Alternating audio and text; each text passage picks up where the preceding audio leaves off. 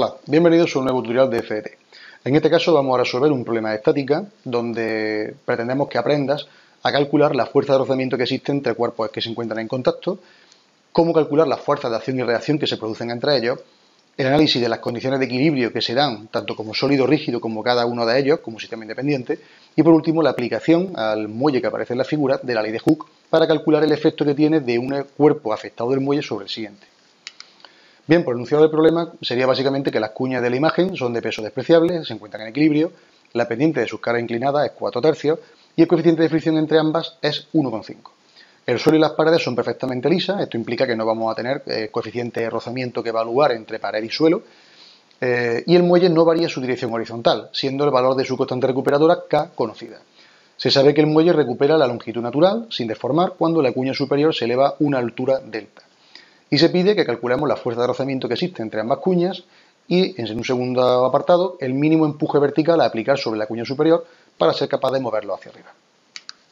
Bien, pues en este primer caso nos fijamos que si en la cuña azul, que es la cuña que se encuentra superior, se eleva una distancia delta,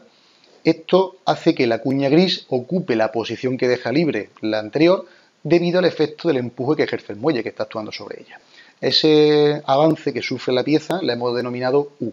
Y existe una relación entre U y delta que corresponde con este triángulo rectángulo que veis aquí y que necesitamos relacionar geométricamente para poder dar solución a una de las ecuaciones que aparecen posteriormente. Entonces la relación geométrica que hay entre ellas pues sería que U es igual a delta por la cotangente del ángulo. Ese ángulo lo hemos sacado del arcotangente de la pendiente que teníamos inicialmente, que es 53,13 grados. Bien, pues aplicándole a ese ángulo las razones trigonométricas de seno, coseno y tangente que nos harán falta posteriormente, pues encontraríamos esos valores ya como conocidos a partir de ahora. Bien, en este caso tenemos un coeficiente de rozamiento relativo entre la superficie de los cuerpos de 1,5 y vemos que hay un coeficiente 0 tanto en suelo como en pared. También conocemos la relación que hemos visto anteriormente de que U es igual a delta por la cotangente y sabemos que la fórmula, aplicando la ley de Hooke, que tiene una fuerza debido a un muelle, sería la constante recuperadora del muelle por la elongación que tiene el muelle. En este caso, como nos dice el problema, que una vez que el cuerpo recupera su posición debido a que el cuerpo superior sube una altura delta, esa longitud que avanza horizontalmente corresponde con la posición de equilibrio de reposo del muelle, quiere decir que antes de esa subida del cuerpo superior, la posición de compresión que tenía el muelle corresponde con la elongación del cuerpo. Entonces, la fuerza del muelle que estaba ejerciendo anteriormente sería el producto de esa constante por la elongación. Esa elongación, haciendo este producto, pues nos quedaría 0,75 por delta y multiplicado por la K recuperadora del muelle. Bien, pues si calculamos lo que es la separación de ambos como sólidos libres, como cuerpos libres, vamos a ver las reacciones que intervienen. En el cuerpo de abajo influye la fuerza del muelle, la reacción con el suelo, no existe fuerza de rozamiento como hemos visto antes. En el cuerpo superior solamente está influido como la reacción que existe debido a la pared, aunque tampoco tiene rozamiento. Y luego entre los cuerpos relativos existe una reacción normal entre las superficies planas y al mismo tiempo una fuerza de rozamiento que siempre se opone al movimiento. Como el cuerpo superior estamos diciendo que tiende a elevarse, la fuerza de rozamiento se opone a esa elevación creando una fuerza en sentido contrario. Lógicamente, esta fuerza tiene que ser de sentido contrario al que se da en el otro cuerpo, de forma tal que si estos dos cuerpos se juntaran y lo estudiáramos como un único sólido rígido, tanto estas reacciones normales como las fuerzas de rozamiento tendrían que anularse. Bien, pues analizando el equilibrio de cada una de las cuñas por separado, encontraríamos en la cuña superior la fuerza de rozamiento, la normal, con este ángulo debido a la pendiente, y la reacción de la pared. Y en el cuerpo inferior, la reacción del suelo, las mismas reacciones pero con sentidos contrarios que en la cuña anterior, y luego la fuerza del muelle. Bien, pues en la superior, si hacemos el sumatorio de fuerza en el eje vertical igual a 0, tendríamos que 0 es igual a n por el coseno menos la fuerza de rozamiento por el seno. Y despejando la normal, tendríamos que vale la fuerza de rozamiento por la tangente. La tangente sale pues del cociente entre seno y coseno.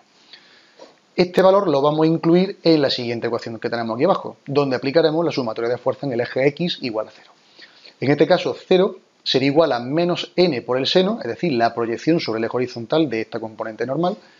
menos la fuerza de rozamiento por el coseno, es decir, la componente horizontal de esta fuerza de rozamiento, más la fuerza del muelle que hemos considerado positiva al ir hacia la derecha en plano horizontal.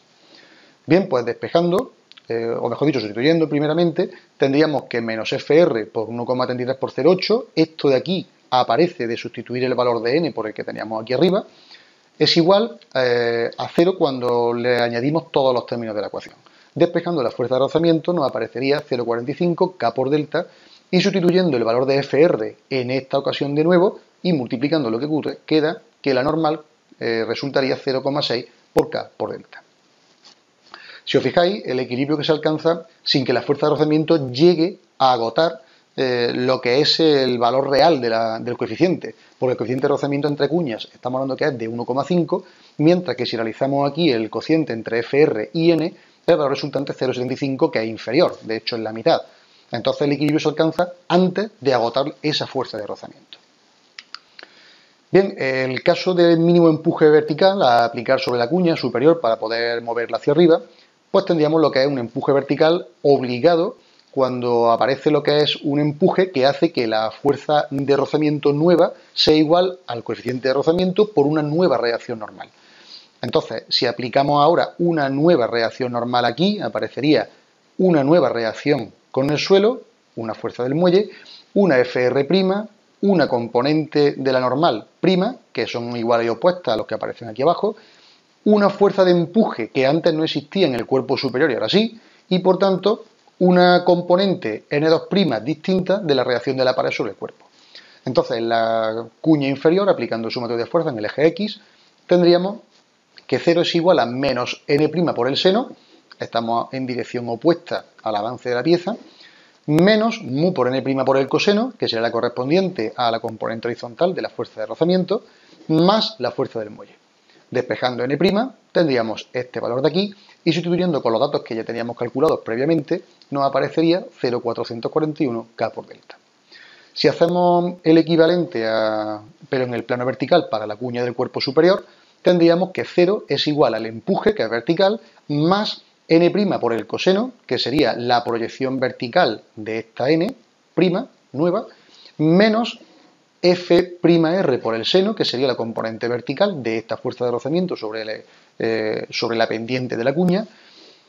y despejando el correspondiente valor del empuje, tendríamos que vale N' por menos coseno más mu por el seno. Haciendo la simplificación y sustituyendo los datos que ya conocemos, entre ellos el de la N' que hemos conocido anteriormente, nos queda un resultado final de 0,265 K por delta, dando solución al segundo apartado del problema. Bien, pues hasta aquí el problema resuelto de estática, que espero que haya sido de vuestro interés. Os recomiendo que veáis en la página principal, fdt.es,